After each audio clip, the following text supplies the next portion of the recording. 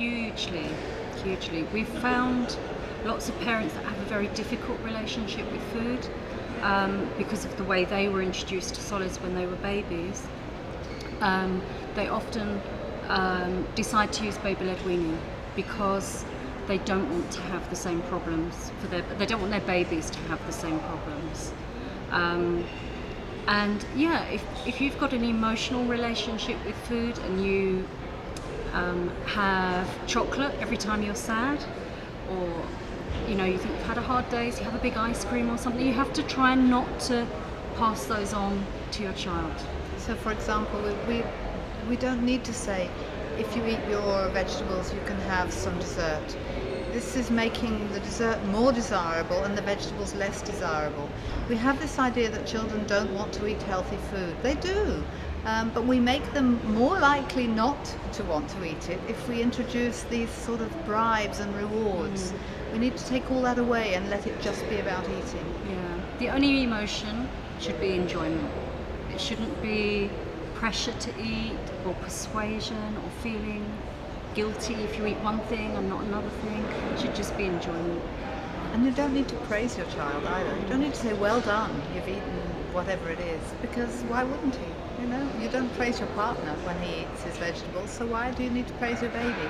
That teaches him that he's done something strange and unusual, and it's not natural.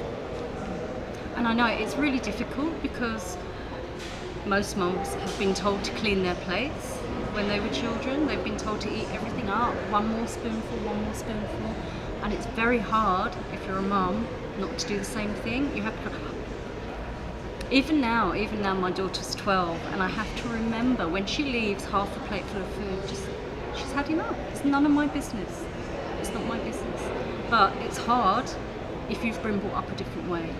I know that. It's so different. It is. Because we have We've got history. it. Yeah. We are so conditioned to think that you have to get food into a baby. You have to get them to eat, and you don't. And you just have to keep reminding yourself. Some of it is because of what we believed in the past. We believed that a fat baby was a healthy baby, and we know now that isn't the case. And we also believe something that I've forgotten.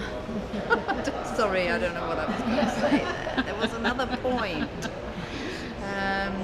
Okay, sorry. There was an important. What was I going to say? Come on. I don't know. Leaving a fat baby, and also That they had to eat. So that they needed to drop milk foods. Yes.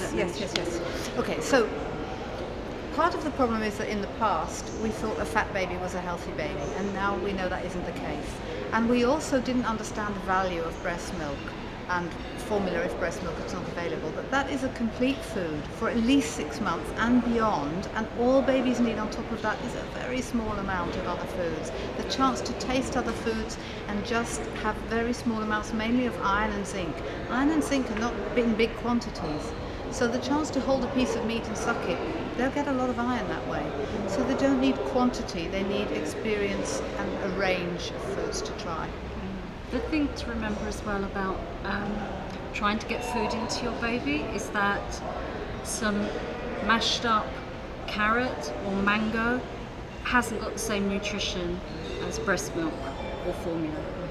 It's just, that's all they need is their milk feeds, and they're having little tastes on top, like you said, just tiny little tastes.